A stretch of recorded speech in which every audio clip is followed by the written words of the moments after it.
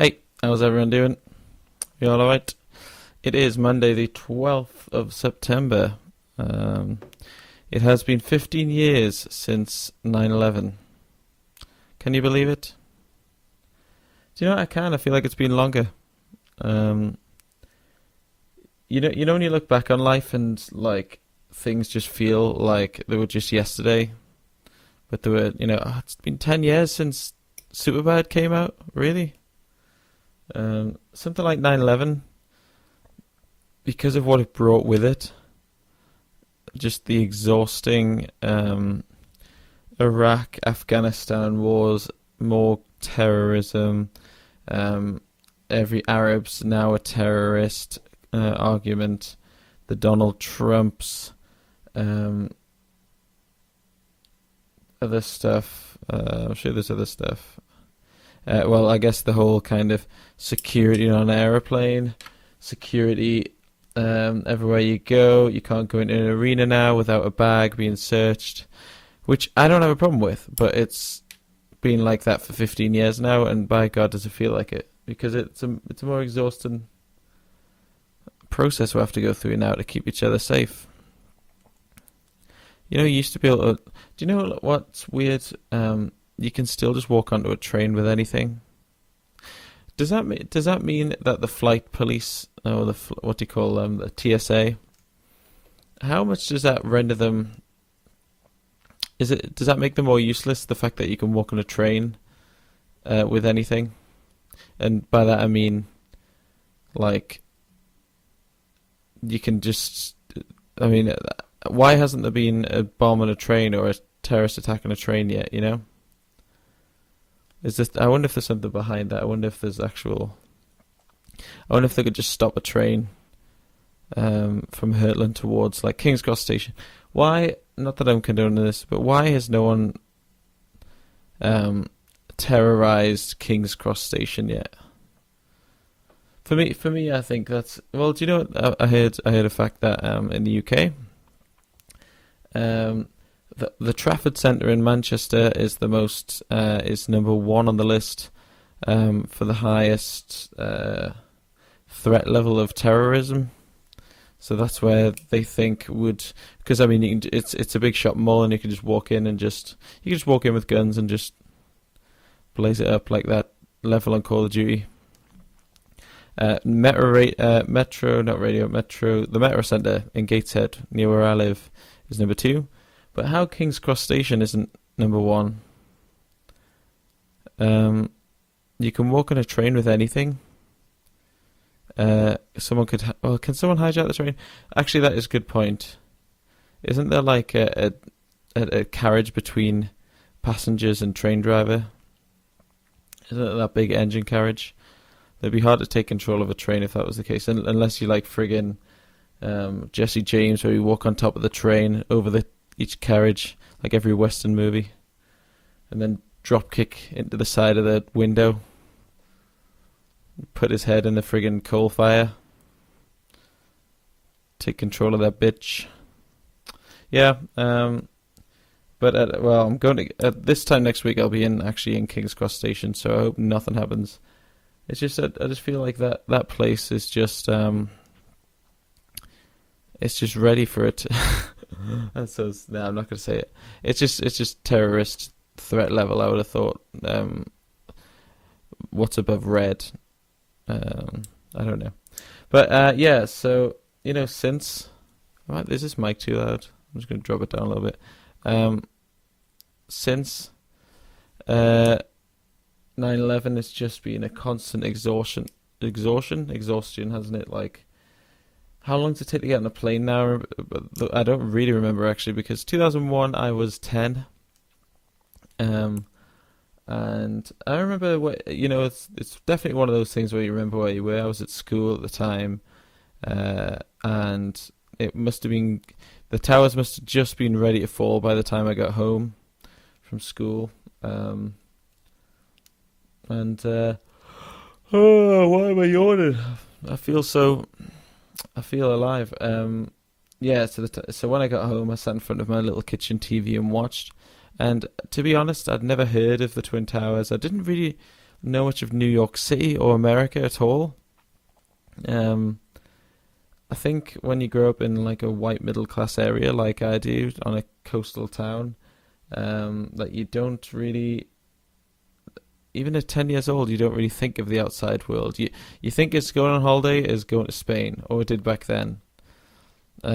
Spain was like the holiday destination, or like no one went to the States apart from Florida. We went to Florida, but that was, I felt like if you asked me at 10 years old, is Florida a country? I'd say yes. Like I didn't know anything else about the States, just Florida for Disneyland. What was my point here? But yeah, like I didn't really know much. So when I watched the planes burning and the thought at the time that there was an accident, and then the second one obviously hit, and then they realized it was a terrorist thing. I was like, well, yeah, but can't two planes just accidentally fly into two towers? Can't that just be an actual accident? Of course, clearly not. But it still freaks me out that 9/11. I still find it fascinating. I still find it completely controversial in terms of everything that happened that day. It's the greatest, the most spectacular tragedy, I guess we'll call it a tragedy, event to happen in the last since World War Two. I mean, the images of the towers falling down, burning, is in for a lack of a better word, spectacular. And I just there's so many questions about it, how they fell, what happened to the Pentagon plane, the rubble of all that, that fifth plane that went down. I just feel, and the fact that it sparked such an advantage for the US in terms of like having an excuse to go to all these places where they now rule and govern. It just something about, honestly, there's something about 9/11 that just for me just doesn't sit right. But again, what the argument for it not being a government conspiracy, so the argument for it being just a legit terrorist attack, would be that what human would do that? No, I can believe that someone would do that, or something, or a government would do that. Why would the government do that to its people? But is it out of the question? Like, they silence anyone who tries to friggin' make water cars, or the amount of people they've killed silently just as they've tried to make the population better, and it's been an actual threat or danger to their economy or their power over the people. Would this be any different? Is this not their greatest trick yet? I don't know. It definitely sparks up debate. It's definitely weird, but it's also definitely something that I can't stop watching. Just the footage of it is a spectacular moment. It's a tragic, terrible event, and genuinely awful. A lot of heroes were born out of that, and everything's changed to the point where I can't really remember my life before it. And it didn't just affect Americans; it affected literally the whole world. And do you know what? Weirdly, how the whole world saw Middle Eastern people as well. Before then, were they treated as poorly now, or thought of as poorly now as they are now? Then, just so much has changed. But 15 years, it feels like 25 to me, or well, maybe not that long, but feels like a long time ago, and a lot's changed. And of course, it's tragic, but there's still marred with controversy. And I think the longer away it gets, the further away it gets in time, the less likely any of that will get investigated. Sadly, it's being investigated by people who come across crazy.